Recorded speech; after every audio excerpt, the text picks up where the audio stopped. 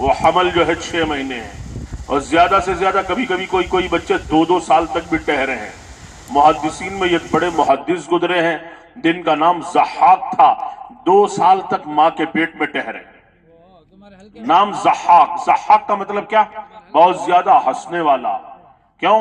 کیونکہ ماں کے پیٹ میں جب یہ ٹھہرے 2 سال تک، میاں بیوی جب بات کرتے تو یہ پیٹ میں سے ہنستے تھے، ان کی ہنسی کی آواز آتی تھی۔ پیدا ہوئے تو نام ہی رکھ دیا ضحاک۔ بہرحال جب ماں کے پیٹ کی مدت پوری ہو جاتی ہے، فَلَمَّا أَن تَمَّتْ مُدَّةُ أَشْهُرٍ وَأَوْحَيْتُ إِلَى الْمَلَكِ الْمُوَكَّلِ بِالْأَرْحَامِ، تو اللہ تعالیٰ فرماتے ہیں کہ میں اس فرشتے کو حکم دیتا ہوں جو ماں کے پیٹ سے بچے کو دنیا میں لانے پر مامور ہے۔ یہ دنیا کا ظاہری نظام ہے جو چل رہا ہے، جسے ظاہر میں چلاتے ہوئے نظر آتے ہیں دنیا کے بادشاہ، وزرائے اعظم، M L A, M P, فلاں اور فلاں، لیکن ایک نظام تکوینی ہے جو اللہ تعالیٰ چلا رہے ہیں فرشتوں کے ساتھ، فرشتوں کے ذریعے سے۔ ایک انسان ماں کے پیٹ میں ٹھہرنے سے لے کر دنیا میں آنے تک اور دنیا سے قبر میں جانے تک تقریباً 4000 فرشتے اس کی خدمت پر مامور ہیں۔ یہ نظام اللہ تعالیٰ چلاتے ہیں فرشتوں کے ذریعے سے۔ بچے کو دنیا میں لانے پر بھی فرشتے مامور ہیں۔ تو فرمایا کہ فَلَمَّا أَن تَمَّتْ مُدَّةُ أَشْهُرٍ، جب ماں کے پیٹ کی مدت پوری ہو جاتی ہے تو میں اس فرشتے کو حکم دیتا ہوں جو بچے کو دنیا میں لانے پر مامور ہے۔ تو وہ فرشتہ کیا کرتا ہے؟ فَأَخْرَجَكَ رِيحًا فَأَخْرَجَ، کہ وہ نکالتا ہے، رِيشَةً مِّن جَنَاحِهِ، کہ اپنے پروں میں سے ایک پر کو اور اس کے کنارے کو اس جگہ میں داخل کر کے وہ فرشتہ اس بچے کو دنیا میں لاتا ہے۔ اتنے طرح کہ وہی پیدا کرتا ہے، وہی ایک اندازے کے مطابق ماں کے پیٹ میں ٹھہراتا ہے، وہی دنیا میں آنے کا راستہ آسان کرتا ہے۔ تو چنانچہ وہ فرشتہ اپنا پر پھیلا کر اتنی تنگ جگہ سے اس بچے کو دنیا میں وہ فرشتہ لاتا ہے، اور جب وہ دنیا میں آتا ہے تو اتنی بے بسی کے عالم میں آتا ہے۔ اللہ تعالیٰ فرماتے ہیں لا لک سن تقطع، تیرے منہ میں دانت نہیں ہوتے جس سے تو کاٹ سکے، چبا سکے۔ بچہ آتا ہے تو دانت نہیں ہوتے اس کے۔ ولا لک ید تبطش، ہاتھوں میں اتنی طاقت نہیں ہوتی جس سے تو پکڑ سکے۔ ولا لک رجل تمشی، اور پیروں میں اتنی طاقت نہیں ہوتی جس سے تو چل سکے۔ ادرت لک عرقین رقیقین ینبعان لک لبنا خالصا دافعا فی الشتاء وباردا فی الصیف فہل یقدر علی ذلک احد غیری۔ اے میرے بندے، ایسی بے بسی کے عالم میں ماں کے سینے سے دودھ کے 2 چشمے میں جاری کرتا ہوں، جو گرمیوں میں تجھے ٹھنڈا دودھ اور گرمیوں میں تجھے یعنی گرمیوں میں ٹھنڈا اور جاڑے کے موسم میں گرم دودھ تجھے پلاتی ہیں، حولین کاملین، 2 سال تک۔ فہل یقدر علی ذلک احد غیری، کہ میرے بندے میرے علاوہ کوئی اس طرح کر سکتا ہے؟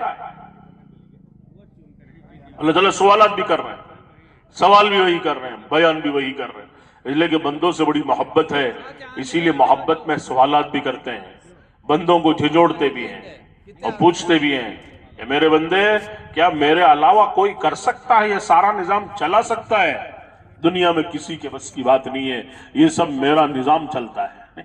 پھر آگے اللہ تعالیٰ نے بندوں سے گلہ کیا ہے کہ جب سارے اتنے سارے احسانات تیرے ساتھ میں کرتا ہوں، فلما ترى رعتہ واشتد عضدک واشتد ازرک بارزتنی بالمعاصی یا عبد سو۔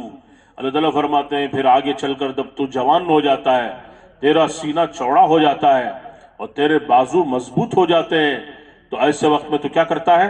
بارزتنی بالمعاصی یا عبد سو، اے میرے نافرمان بندے، اب کھلم کھلا گناہوں سے تو میرا مقابلہ کرتا ہے، میرے مقابلے پر آتا ہے، مجھے للکارتا ہے، میرا انکار کرتا ہے، یا کھلم کھلا گناہوں سے میرا مقابلہ کرتا ہے۔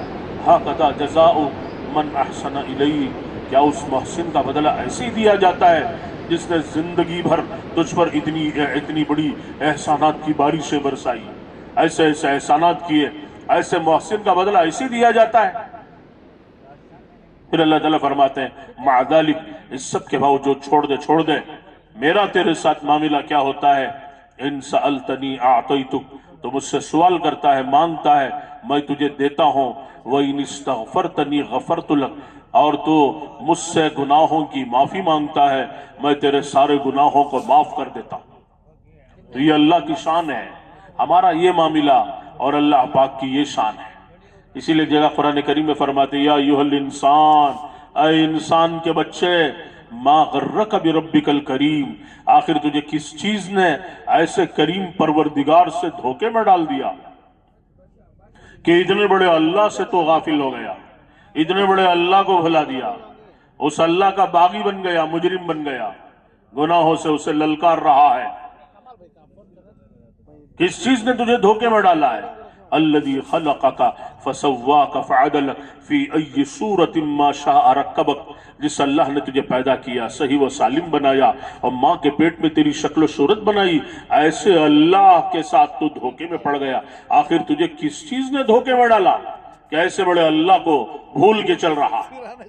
سورہ عادیات میں اللہ تعالیٰ نے قسمیں کھائی ہیں، قسمیں 5 آیتوں میں گھوڑے کی قسمیں کھائی ہیں، والعادیات ضبحا، گھوڑے کی وفاداری کا تذکرہ کیا ہے۔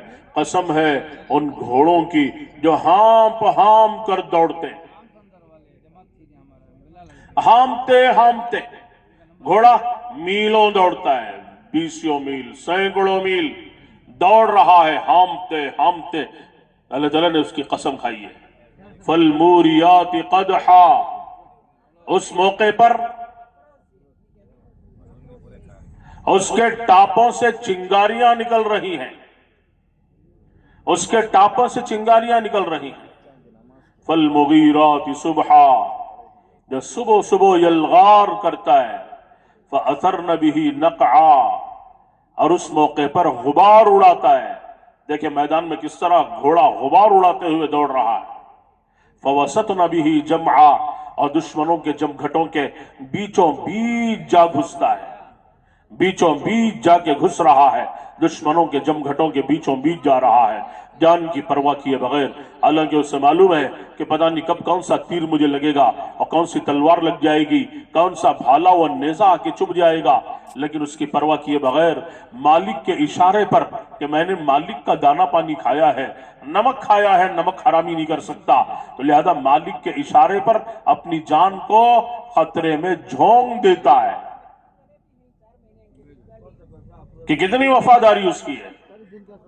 مفسرین نے لکھا ہے کہ دن بھر کا تھکا ماندہ، دن بھر دوڑا ہے مالک کے اشارے پر، اور رات میں آ کے ابھی اپنے استبل میں سویا ہے، ابھی چند منٹ بھی نہیں گزرے، چند گھنٹے بھی، تھکن بھی دور نہیں ہوئی، آدھی رات میں بھی مالک سامنے آ کے کھڑا ہو جاتا ہے تو فوراً یہ اٹھ کے کھڑا ہو کر اپنا سر ہلاتے ہوئے اشارہ کرتا ہے کہ مالک اشارہ تو کر، میں نے تیرا نمک کھایا ہے، پیٹ پہ سوار ہو جا، اشارہ کر، میں تیرے اشارے پر جان دینے کے لیے تیار ہوں۔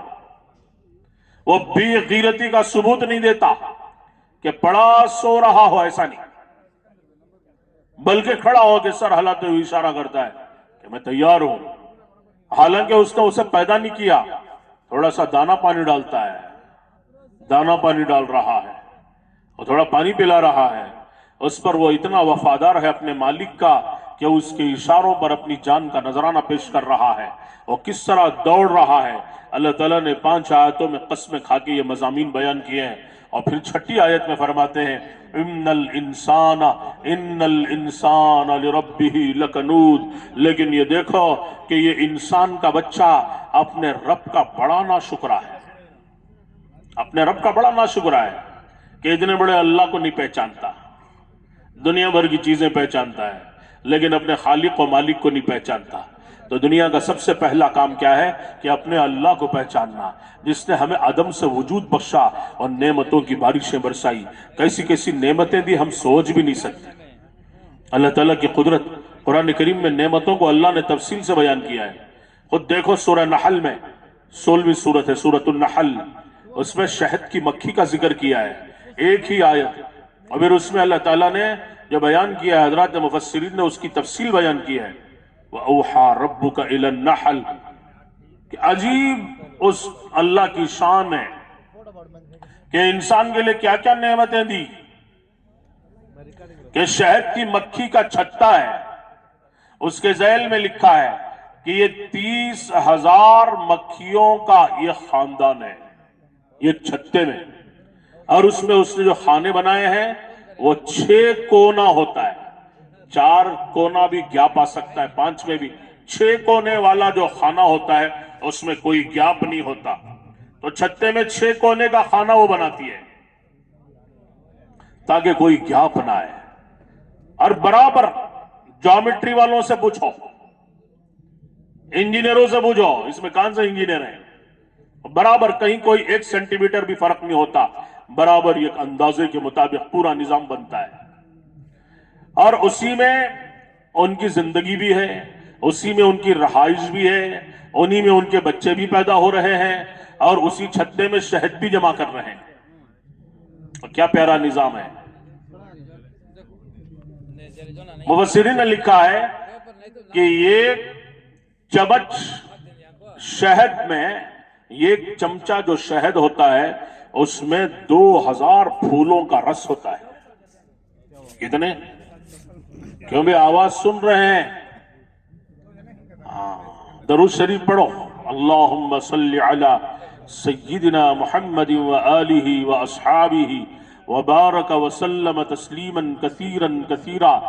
دور دور جو حضرات بیٹھے ہیں وہ اٹھ کے سامنے آ جائیں، شیطان بہت دور بٹھاتا ہے اور دور بٹھا کے آپس میں باتیں کرتے رہتے ہیں، مجلس ختم ہو جاتی ہے، کوئی فائدہ نہیں ہوتا، آپ کا بستر کوئی اٹھا کے نہیں لے جائے گا، تو لہذا اپنے بستروں کو جہاں آپ کا خطہ ہے، زون ہے، جہاں بورڈ لگا ہے وہیں چھوڑو، مجلس میں قریب آ جاؤ، اللہ کے فرشتے اور اللہ کی رحمت مجلس کو گھیرتی ہے، تو اسی لیے مجلس میں جڑ جڑ کے بیٹھنا آداب میں سے ہے کہ دور دراز جو بیٹھ کے سن رہے ہیں اٹھ کے قریب آ کے بیٹھ جائیں تاکہ بات پوری سنیں، ادب کے ساتھ، طلب کے ساتھ، اور درمیان میں باتیں نہ کریں۔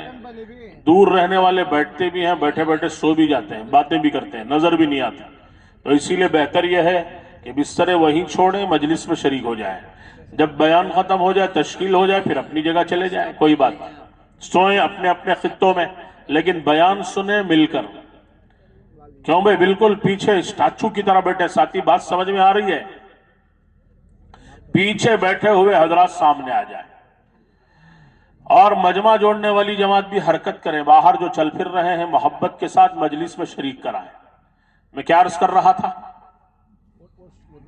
ہاں یاد ہے، ماشاءاللہ جاگ کر سن رہے، اللہ قبول فرمائے۔ تو یہ چمچ شہد میں 2000 پھولوں کا رس ہوتا ہے، آدھا کلو شہد جمع کرنے کے لیے لکھا ہے کہ مکھی 50,000 کلومیٹر کا سفر کرتی ہے اور 35 لاکھ دفعہ اڑتی ہے۔ کتنی دفعہ؟ 35 لاکھ دفعہ اڑ رہی ہے اور 50,000 کلومیٹر سے زیادہ وہ سفر کر رہی ہے، اتنی مشقتوں سے وہ شہد سامنے آتا ہے، اور ہم کہتے ہیں الحمدللہ کھا جاؤ شہد۔ بہت سارے ساتھی کہتے ہیں ماشاءاللہ سنت ہے، قرآن میں تذکرہ ہے کھاؤ، کنکڑی سنت ہے اور کھجور سنت ہے، کھانے کی سنتیں تو ہمیں یاد ہیں، پیٹ پر پتھر باندھنا بھی سنت ہے نا، بھوکے رہنا بھی سنت ہے، اللہ کے دین کے لیے پتھر کھانا بھی سنت ہی ہے۔ تو بہرحال یہ پورا نظام اللہ پاک نے سمجھایا ہے، یہ دیکھو اتنی مشقت ہوتی ہے، اور اس کے اندر مکھیاں ہوتی ہیں، اس میں انجینئرز بھی ہیں، جیومیٹری والے وہ ٹیچرز بھی ہیں، اور اس میں سائنٹسٹ مکھیاں بھی ہیں، اور اس میں رانی کوئن بھی ہے، یہ پورا ان کا چھتا وہ نظام ہے۔ کہا کہ شہد کی تلاش میں، اور اس سے پہلے ان کے جو کچھ سائنٹسٹ مکھیاں ہوتی ہیں جو شہد کا پتہ لگاتی ہیں، اور پتہ لگانے کے بعد جنگلوں میں وہاں سے 1 کلومیٹر 2 کلومیٹر 10 کلومیٹر وہ سارا دیکھ کے آتی ہیں کہ یہاں پھول ہیں اور یہاں شہد مل سکتا ہے.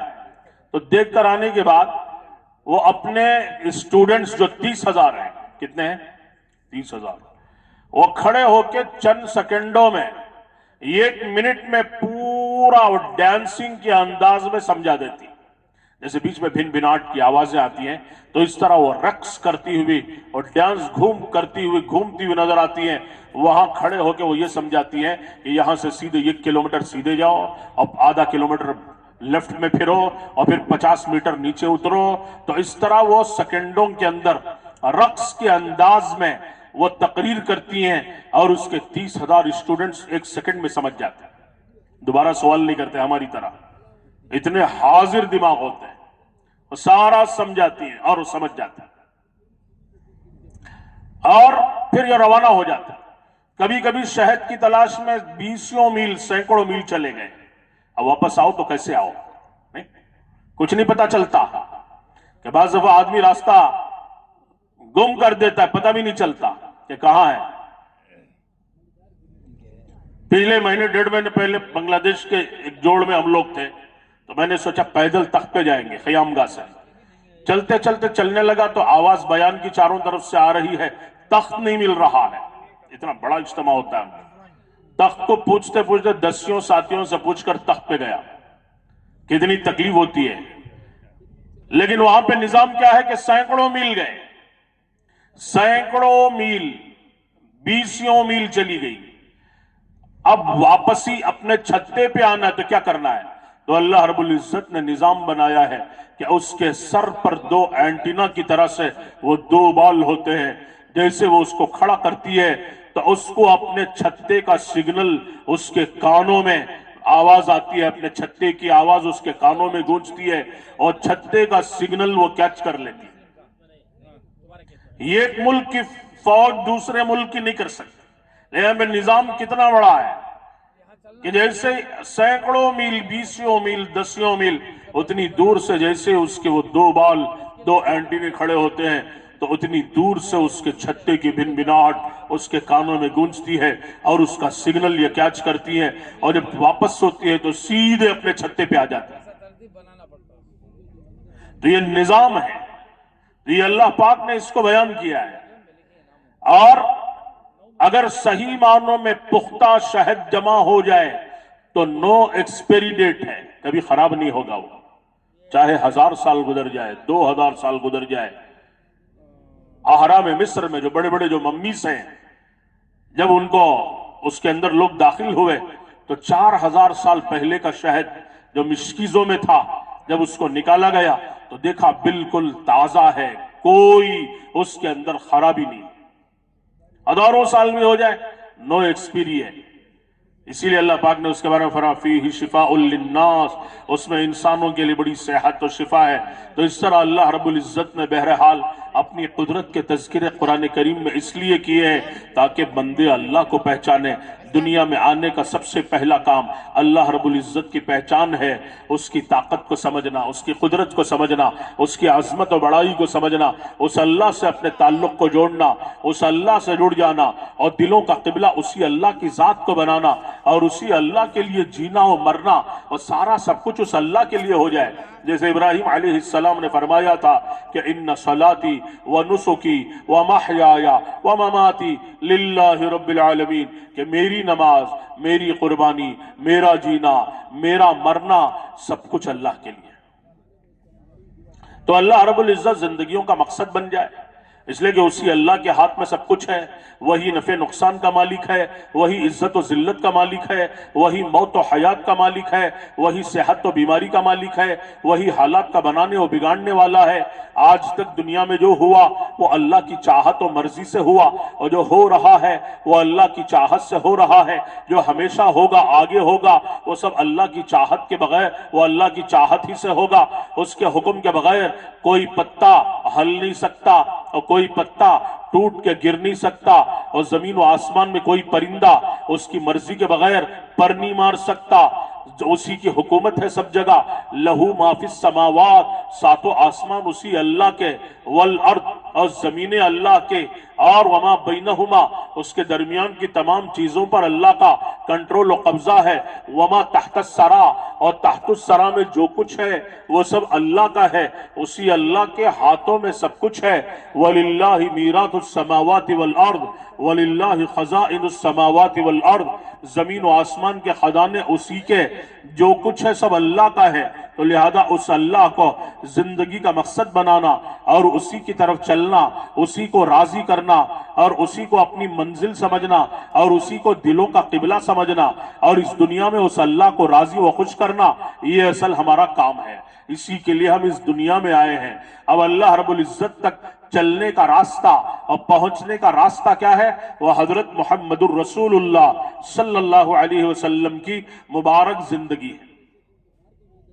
آپ کے طریقوں پر چلنا، آپ کی ایک ایک سنت پر مر مٹنا، آپ کی ایک ایک ادا کو اپنی زندگی میں اتارنا، یہ اصل زندگی کا مقصد ہے، اور یہیں سے اللہ تک ہم پہنچیں گے۔ اللہ تعالیٰ نے فرمایا قل ان کنتم تحبون اللہ فاتبعونی یحببکم اللہ یغفر لکم ذنوبکم واللہ غفور الرحیم، کہ اے میرے نبی آپ فرما دیجئے، اعلان کر دیجئے پوری دنیا کے انسانوں کے بیچوں بیچ، اگر تم اللہ رب العزت سے محبت کا دعویٰ کرتے ہو فاتبعونی، تو تمہیں چاہیے کہ میری اتباع کریں، تو کیا ہوگا؟ یحببکم اللہ، اللہ تم سے محبت کریں گے، اللہ تمہیں اپنا دوست بنا لیں گے، اور اللہ تعالیٰ خود جو ہے تم سے راضی ہو جائیں گے۔ یہ اصل راستہ ہے کامیابیوں کا۔ یغفر لکم ذنوبکم، تمہارے سارے گناہوں کو معاف کر دیں گے، اور اللہ رب العزت بڑے معاف کرنے والے، وہ بڑی شان والے، بڑی قدرت والے۔ تو اس لیے فرما میں عرض کر رہا تھا کہ اللہ تک پہنچنے کا راستہ وہ حضرت محمد الرسول اللہ صلی اللہ علیہ وسلم کا راستہ ہے۔ جو آپ کے راستے سے چل کر کے آئے گا وہ اللہ تک پہنچ جائے گا، جو آپ کے راستے سے ہٹے گا وہ منزل سے بھٹک جائے گا۔ اب اللہ کے نبی صلی اللہ علیہ وسلم کی مبارک زندگیوں میں زندہ ہو جائے، ہر گھر میں زندہ ہو، ہر مرد میں، ہر عورت میں، ہر بچے میں، ہماری مسجدوں میں، ہمارے مدرسوں میں، ہمارے بازاروں میں، ہماری تجارتوں میں، ہماری ملازمتوں میں، ہماری حکومتوں میں، ہماری زراعت کے نقشوں میں، ہر جگہ یہ اللہ رب العزت کا دین زندہ ہو جائے، تاکہ دین والی برکتیں زندگیوں میں آ جائیں۔ دین کیا ہے؟ اللہ رب العزت کے احکامات حضرت محمد الرسول اللہ صلی اللہ علیہ وسلم کے طریقوں کے مطابق پورا کرنے کا نام دین ہے، کہ مسلمان اس دنیا میں آزاد نہیں ہے کہ وہ پابند ہے، تو لہذا وہ پابندی کا نام دین ہے۔ دین کوئی مشکل نہیں، دین میں اللہ نے بڑی لذت رکھی ہے۔ کیا رکھی ہے؟ دین پر چلنے میں بڑا مزہ ہے۔ دین پر چلیں گے تو اللہ پاک 4 نعمتیں نقد عطا فرمائیں گے۔ کتنی نعمتیں؟ 4 نقد نعمتیں خدا دیں گے۔ ایک سب سے پہلے پوری دنیا چاہتی ہے کہ چین و سکون مجھے ملے۔ کیا ملے؟ چین مل جائے، سکون مل جائے۔ چین و سکون کا ہے؟ مال میں، بنگلوں میں، بلڈنگوں میں، بینک بیلنس میں، کہیں نہیں ہے۔ دیکھو لوگ ان چیزوں کی وجہ سے خودکشیاں کر رہے ہیں، زندگیاں تنگ ہو گئی، بڑے بڑے ترقی یافتہ ملکوں میں خودکشی کے کمرے بنے ہوئے ہیں، لوگ خودکشی کر رہے ہیں۔ جاپان ہم لوگ گئے تھے، وہاں کے لوگوں نے کہا کہ سب سے زیادہ خودکشی کی شرحیں انہی کے پاس ہیں، حالانکہ ایسی ترقی ظاہری، لیکن دین نہ ہونے کی وجہ سے اللہ پاک نے زندگیوں کو تنگ کر دیا ہے۔ من اعرض عن ذکری فإن له معیشتا ضنکا، کہ جو ہمارے ذکر سے اعراض کریں گے ہم ان کی زندگی کو، معیشت کو تنگ کر دیں گے۔ کیا کر دیں گے؟ تنگ کر دیں گے۔ سب کچھ ہوگا، منگلوں میں بھی ہوں گے، لیکن سکون نہیں ہوگا۔ سکون کہاں ہے؟ وہ اللہ کی یاد میں۔ اللہ تعالیٰ فرماتے الا بذکر اللہ تطمئن القلوب، خبردار چین و سکون کہاں ہے؟ وہ اللہ کی یاد میں ہے، اللہ کے ذکر میں ہے۔ ابراہیم بن ادھم رحمت اللہ علیہ فرماتے تھے کہ دنیا کے بادشاہوں کو اگر پتہ چل جائے کہ حقیقی بادشاہت ہمارے دلوں میں ہے تو زمینوں پر حملہ کرنے کے بجائے ہمارے دلوں پہ حملہ کرتے ہیں، اس لیے کہ بادشاہت کہاں ہے؟ دلوں میں۔ شاہ ولی اللہ محدث دہلوی رحمت اللہ علیہ دلی کی جامع مسجد میں جمعہ کا خطبہ دے رہے تھے، خطبہ دیتے دیتے بڑے مزے میں آ گئے اور کہنے لگے او مغل بادشاہوں، دلی جامع مسجد کے سامنے لال قلعہ ہے 80 ایکڑ میں پھیلا ہوا، جس میں بڑے بڑے مغل بادشاہ ہوتے تھے۔ کیا ہوتے تھے؟ مغل بادشاہ۔ ان کے پاس سونا چاندی ہیرے جواہرات، غلام باندیاں نوکر چاکر، دنیا بھر کی دولت ان کے پاس تھی۔ تو ان سے مخاطب ہو کے کہہ رہے او مغل بادشاہوں، کان کھول کے سن لو، تمہارے پاس جتنے خزانے ہیں اور پوری دنیا میں جتنی دولت و خزانے ہیں، یہ سارا سب کچھ مل کر بھی شاہ ولی اللہ کے سینے میں ایک ایسا دل ہے، اس دل کا مقابلہ نہیں کر سکتے۔ حقیقی بادشاہت ہمارے دلوں میں ہے، یہ کہتے تھے۔ تو چین و سکون اللہ پاک نے کہاں رکھا ہے؟ وہ اللہ کی یاد میں ہے، اس کے دین میں ہے، اس کی اطاعت میں ہے۔ اللہ تعالیٰ نے فرمایا من عمل صالحا من ذکر او انثى وهو مؤمن فلنحيينه حیاتا طیبہ، کہ ایمان اور اعمال صالحہ پر ہم حیاتا طیبہ تمہیں عطا فرمائیں گے، پاکیزہ زندگی عطا فرمائیں گے۔ حیاتا طیبہ، پاکیزہ زندگی، چین و سکون والی زندگی، لذت، جنت کی لذتوں والی زندگی خدا عطا فرمائیں گے۔ یہ دین میں ملے گا، دلوں کا بادشاہ خدا بنا دیں گے۔ آدمی جھوپڑی میں بھی ہوگا لیکن دل کا بادشاہ بن جائے گا، ہے نہیں؟ کیسے چین و سکون سے ہے، اطمینان کے ساتھ ہے، تو یہ بادشاہت خدا دیں گے۔ دوسری بڑی دولت کیا دیں گے اللہ تعالیٰ دین کی وجہ سے؟ اللہ تعالیٰ عزت دیں گے، لوگوں کے دلوں میں محبت ڈال دیں گے۔ اب دنیا چاہتی ہے کہ مجھے عزت ملے، شہرت ملے، لیکن یہ کہاں سے ملے گی؟ یہ تو دین کے راستوں سے ملے گی۔ وَلِلَّهِ الْعِزَّةُ وَلِرَسُولِهِ وَلِلْمُؤْمِنِينَ، عزت اللہ کے لیے، یعنی اس کے ذیل میں مفسرین نے فرمایا عزت اللہ کے خزانوں سے نکلتی ہے، حضرت محمد الرسول اللہ صلی اللہ علیہ وسلم کے راستے سے چلتی ہے اور ایمان والوں کو خدا دیتے ہیں۔ ان الذين آمنوا وعملوا الصالحات سيجعل لهم الرحمن ودا، ایمان اور اعمال صالحہ پر ہم تمہیں کیا کریں گے؟ لوگوں کے دلوں میں تمہاری محبت ڈال دیں گے۔ دلوں میں محبتیں اللہ ڈالتے ہیں اور دلوں میں نفرتیں بھی اللہ ہی ڈالتے ہیں۔ محبت اور نفرت کا معاملہ اللہ کے ہاتھوں میں ہے، انسانوں کے ہاتھوں میں نہیں ہے۔ دلوں پر قبضہ کس کا ہے؟ اللہ کا قبضہ ہے۔ ہمارے بزرگوں میں شاہ فضل رحمہ گنج مراد آبادی رحمت اللہ علیہ بڑے اولیاء اللہ میں سے تھے، بڑے علماء میں سے تھے، پچھلی صدی میں 100 سال پہلے۔ 105 سال کی عمر میں ان کا انتقال ہوا۔ حضرت کی مجلس میں ہمیشہ سینکڑوں ہزاروں لوگ کھانا کھاتے تھے، دنیا بھر سے طلبہ پڑھنے کے لیے آتے تھے، پورے ملک بھر سے۔ ایک دفعہ درس دے رہے تھے حدیث کا، ایک پنڈت آیا، ہندو پنڈت، حضرت سے سوال کیا کہ اللہ کون ہے؟ تو حضرت نے بیٹھے بیٹھے فرمایا من موہن، یعنی من موہن سنسکرت کا لفظ ہے، کہا کہ اللہ وہ ہے جس کا کنٹرول و قبضہ دل پر ہے۔ جیسے حضرت کی زبان پر یہ جملہ نکلا، وہی وہ جھومنے لگا اور کہنے لگا اب مجھے کلمہ پڑھائیے، اب مجھے سمجھ میں آ گیا اللہ کون ہے۔ یعنی اللہ والوں کی زبان میں تاثیر بھی ہوتی ہے، اثر بھی ہوتا ہے۔ اور یہ ایک جملہ جب اس نے سنا، سینکڑوں یعنی 20 سال اس نے جنگلوں میں ریاضتیں کی تھی اللہ کی تلاش میں، تو لہذا جیسے ہی سنا تو جھومنے لگا۔ مجھے پتا چل گیا کہ اللہ کون ہے، اللہ رب العزت کی وہ ذات جس کا کنٹرول و قبضہ دل پر ہو، کہ جس کا قبضہ دل پر ہے۔ دنیا میں کسی کا قبضہ دل پہ نہیں ہے سوائے اللہ رب العزت کی ذات کے۔ تو فوراً وہ جھومنے لگا اور کہا کہ مجھے کلمہ پڑھائیے، میں ایمان لانا چاہتا ہوں۔ تو بہرحال میں عرض کر رہا تھا کہ دلوں کا معاملہ کس کے ہاتھ میں ہے؟ اللہ کے ہاتھ میں ہے۔ تیسری چیز دنیا میں ہم چاہتے ہیں کہ برکت ملے۔ کیا ملے؟ برکت ملے، مال میں، اولاد میں، زندگی میں، عمر میں۔ برکت کہاں سے ملے گی؟ وہ بھی دین کے راستے سے ملے گی۔ اللہ تعالیٰ فرماتے ہیں وَلَوْ أَنَّ أَهْلَ الْقُرَىٰ آمَنُوا وَاتَّقَوْا لَفَتَحْنَا عَلَيْهِمْ بَرَكَاتٍ مِّنَ السَّمَاءِ وَالْأَرْضِ کہ ایمان و تقوی پر ہم زمین آسمان کی برکتوں کے دروازے کھول دیں گے۔ برکتیں کہاں سے آئیں گی؟ زمینوں سے بھی برکتیں ہو، زمین بھی برکتوں کو اگلے گی، آسمان سے بھی برکتیں نازل ہوں گی۔ جب دین اور دین کی محنت تھی برکتوں کے دروازے کھلے ہوئے تھے۔ کیسی کیسی برکتیں تھی؟ ایک پیالے دودھ میں 70-72 صحابہ پیٹ بھر کے پی گئے، بچا ہوا اللہ کے نبی صلی اللہ علیہ وسلم نے نوش فرمایا۔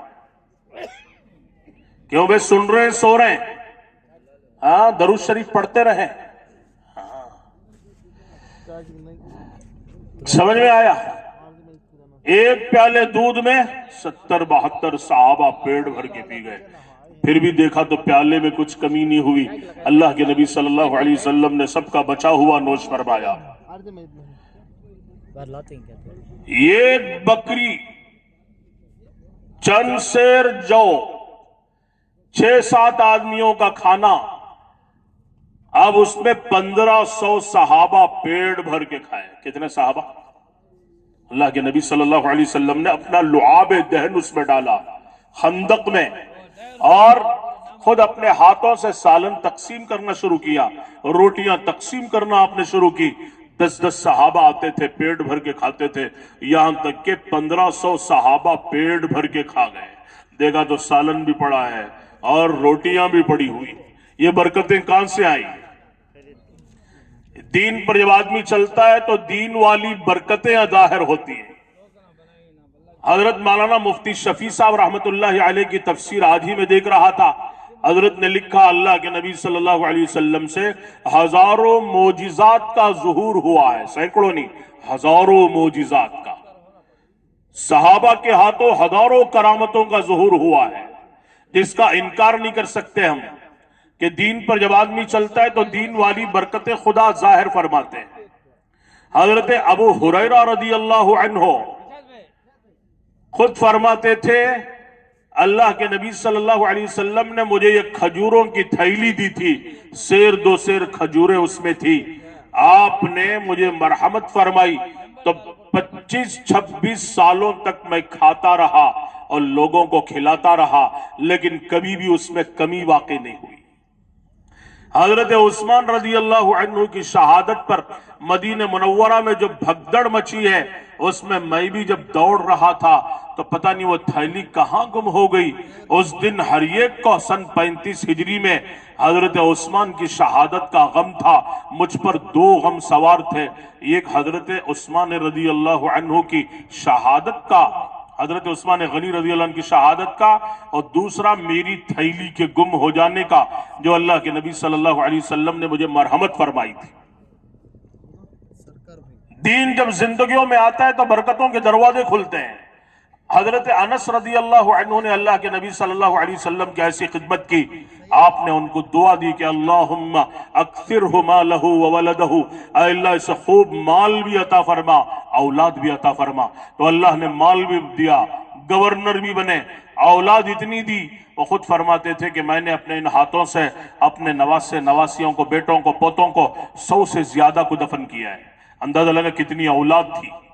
خالد بن ولید رضی اللہ عنہ زندگی بھر اللہ کے راستے میں پھرتے تھے، ایک دفعہ حرم شریف میں آئے، طواف کر رہے تھے تو ان کے ساتھ طواف میں ان کے 40 بیٹے شریک تھے۔ کتنے؟ سلطان صلاح الدین ایوبی رحمت اللہ علیہ صلیبی جنگوں میں مصروف ہوتے تھے تو ان کے ساتھ ان کی پہلی صف میں ان کے 16 بیٹے جان دینے کے جذبے کے ساتھ چلتے تھے۔ اب کا معاملہ کیا ہو گیا؟ ہم 2 ہمارے 2، کتنے؟ ہم 2 ہمارے 2۔ پھر اس سے بھی آگے چل کے جیسے ہمارے حضرت مولانا فرماتے تھے، اب تو ہمارے یہاں نعرے لگنے لگے، ہینڈرلی گنڈرلی مگو وندے ارلی، کیا ہے؟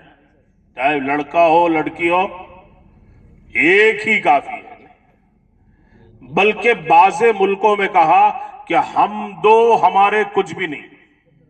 حکومت آفر کر رہی ہے، ارے بچے پیدا کرو، ایک پیدا کرو گے تو 1,00,000 روپے دیں گے، 18 سال تک ہر مہینہ 1,00,000 دیتے رہیں گے۔ اب اس کا فائدہ ہمارے ساتھی اٹھا رہے ہیں ماشاءاللہ۔ جاپان میں ہم لوگ تھے، میں نے ایک ساتھی سے پوچھا کتنے بچے؟ کہا 6 بچے ماشاءاللہ۔ پھر میں نے تھوڑی دیر کے بعد پوچھا آپ کا کاروبار کیا ہے؟ وہ کہنے لگے یہی کاروبار ہے کہ 6 ہے تو ماہانہ 6 لاکھ آ رہا ہے۔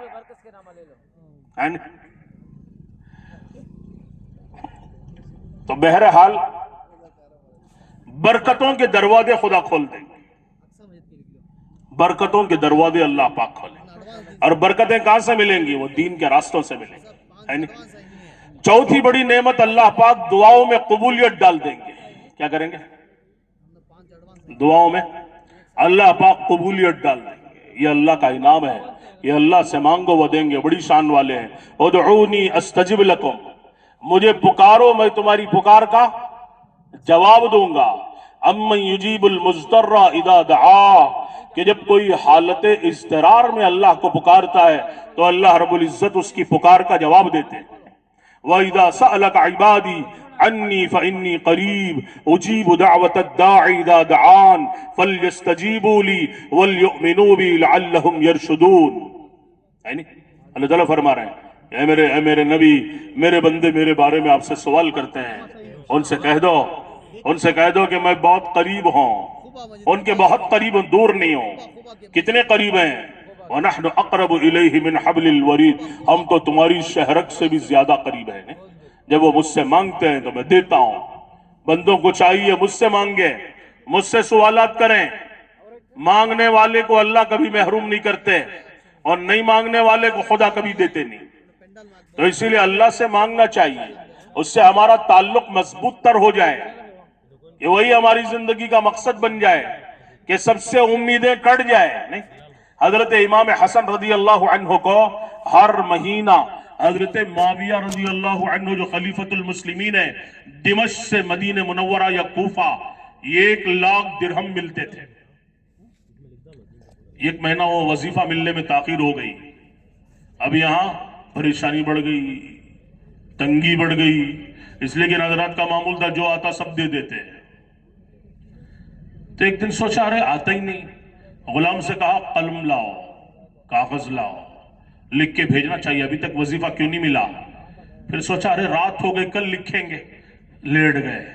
خواب میں زیارت ہوئی اللہ کے نبی حضرت محمد الرسول اللہ صلی اللہ علیہ وسلم کی نانا جان کی۔ پوچھا بیٹا حسن کیا بات ہے بڑے غمزدہ ہو؟ کہا ابا جان تنگی بڑھ گئی ہے، وظیفہ ملنے والا ملا نہیں، اس لیے چاہتا ہوں لکھ کر کے بھیجوں۔ آپ بہت ناراض ہوئے، آپ نے فرمایا بیٹا حسن تو میرا بیٹا ہو کہ میرے غیر سے سوال کرتا ہے، میرے غیر سے مانگتا ہے، ہرگز ایسا نہ کرو۔ پھر آپ نے ایک دعا تلقین فرمائی، 3-4 لائنوں میں وہ دعا ہے، بڑی جامع دعا۔ اس دعا کو پڑھنا انہوں نے شروع کیا۔ کہتے ہیں کہ ابھی چند دن نہیں گزرے تھے، ہر مہینہ 1,00,000 آتے تھے، اب اس مہینہ 15,00,000 آئے۔ کتنے آئے؟ اللہم اقذف فی قلبی رجاءک وقت رجائی عمن سواک حتی لا ارجو احدا غیرک۔ اللہم اقذف فی قلبی رجاءک، کیا مطلب؟ کہ اے اللہ تیری امید کو میرے دل میں گاڑ دے، تیرے غیر سے جو امید ہے اس کو کاٹ دے۔ وقت رجائی عمن سواک، تیرے علاوہ جتنی امیدیں ہیں اس کو کاٹ دے، دل سے نکال دے، دھو دے میرے دل کو۔ حتی لا ارجو احدا غیرک، یہاں تک کہ کبھی بھی میں تیرے غیر سے کوئی امید نہ رکھوں۔ بڑی جامع دعا ہے، 3-4 سطر میں ہے۔ تو اس طرح سے اللہ رب العزت سے مانگنا چاہیے اور دلوں کا تعلق و قبلہ وہ اللہ کی ذات بن جائے۔ تو بہرحال یہ دین زندگیوں میں آ جائے۔ اب دین کیا ہے؟ 24 گھنٹے کی زندگی کا نام ہے، صرف نماز پڑھنے کا نام دین نہیں ہے، بلکہ 24 گھنٹے کی زندگی کا نام دین ہے۔ مسلمان کا ہر عمل دین ہے، اس کا کھانا بھی، اس کا کمانا بھی، اس کی ملازمت بھی، اس کی تجارت بھی، اس کی حکومت و سیاست بھی، اور اس کا شادی بیاہ بھی، اس کا میاں بیوی کا ملاپ بھی، اس کا اولاد کی تربیت بھی، اس کے بازار بھی، اور اس کی خلوت بھی، اور اس کا ہر عمل دین ہے، بشرطے کہ اس میں اللہ کے احکامات زندہ ہو جائے اور اس میں نبی کی مبارک زندگی زندہ ہو جائے، تو ہر عمل دین بنتا چلا جائے گا۔ ایک آدمی بادشاہ ہے لیکن دیندار ہے، تو آپ نے کیا فرمایا؟ سبعۃ یظلھم اللہ فی ظلہ یوم لا ظل الا ظلہ، کہ 7 آدمی کل حشر کے میدان میں ایسے ہوں گے جن کو اللہ رب العزت اپنے عرش کے سائے میں جگہ دیں گے، اس دن اللہ کے سائے کے علاوہ کوئی سایہ نہیں ہوگا۔ حشر کے میدان میں پوری دنیا کے انسان نفسی نفسی کے عالم میں ہوں گے،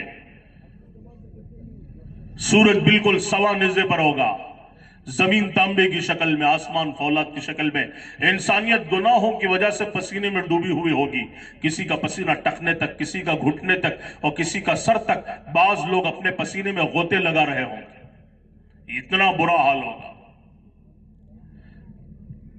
حشر کا میدان کوئی معمولی بات نہیں، انبیاء علیہ السلام روتے تھے اور ڈرتے تھے۔ اللہ کے نبی صلی اللہ علیہ وسلم کبھی کبھی صحابہ سے فرماتے تھے، اے میرے صحابہ، پتہ نہیں میرے اور تمہارے بارے میں کل اللہ رب العزت کیا فیصلہ کرنے والے ہیں، اس لیے کہ فیصل تو اللہ ہے۔ بہت ڈرتے تھے آخرت کے بعد۔ آج ہم بالکل نڈر ہیں، اسی لیے آدمی کو سوچنا چاہیے روزانہ،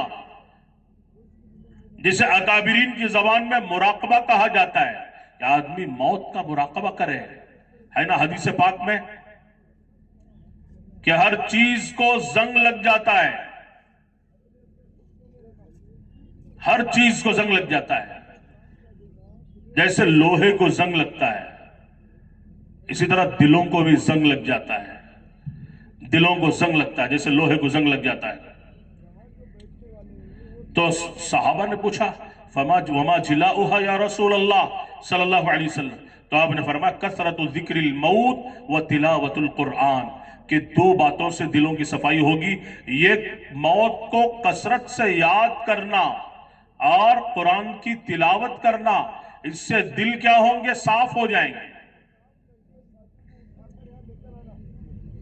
ان هذه القلوب تصدع كما يصدع الحديد اذا اصابه الماء قيل وما جلاؤها، تو آپ نے فرمایا کثرت ذکر الموت و تلاوت القرآن، یہ اسی کو کہتے ہیں مراقبہ، کہ آدمی موت کو کثرت سے یاد کرے کہ مجھے مرنا ہے اللہ کے، اور قبر میں مجھ تنہا جاؤں گا جہاں کوئی میرے ساتھ نہیں آئے گا، منوں کی مٹی میرے اوپر ڈال دی جائے گی، اور یہاں تنہا مجھے جانا ہے، پتہ نہیں کتنے 100 سال پڑا رہنا ہے، وہاں سے حشر کے میدان میں جب سور پھونکا جائے گا تو مجھے اٹھایا جائے گا اور مجھے چلنا پڑے گا، اور وہاں پر لوگ پیدل چل کے آئیں گے، بہت سے پیروں کے بل آئیں گے، اور بعض لوگ سر کے بل بھی چل کے آئیں گے۔ صحابہ نے پوچھا یا نبی اللہ سر کے بل کیسے چلیں گے؟ تو آپ نے فرمایا کہ جو خدا دنیا میں ان کو پیروں پر چلانے پر قادر ہے، وہی خدا ان کو حشر کے میدان میں سر کے بل چلائے گا۔ بعض انسان اپنے گناہوں کو یاد کر کے اپنی زندگی پر افسوس و ندامت کی وجہ سے دونوں ہاتھوں یعنی انگلیوں کو دانتوں کے بیچ میں رکھ کر چبانا شروع کریں گے، اور چباتے چباتے پورا ہاتھ مونڈے تک چبا لیں گے، اور بہت سے مجرم اس دن روتے ہوئے اللہ تعالیٰ سے کہیں گے وَلَوْ تَرَا إِذِ الْمُجْرِمُونَ نَاكِسُوا رُؤُوسِهِمْ عِنْدَ رَبِّهِمْ رَبَّنَا أَبْصَرْنَا وَسَمِعْنَا فَارْجِعْنَا نَعْمَلْ صَالِحًا إِنَّا مُوقِنُونَ، اے اللہ ہم نے دیکھ لیا، سن لیا، بات سمجھ میں آ گئی، اب ایک موقع دے کے دنیا میں بھیج دے، اب ہمیں پورا یقین آ چکا ہے، نعمل صالحا، کہ ہم اچھے اچھے اعمال کر کے آئیں گے، انا موقنون، اب یقین آ چکا ہے، ایک اللہ ہرگز نہیں، جو موقع دے کے دنیا میں بھیجا تھا گیا وہ۔ اور اللہ کے بہت سے بندے اللہ کے عرش کے سائے میں ہوں گے،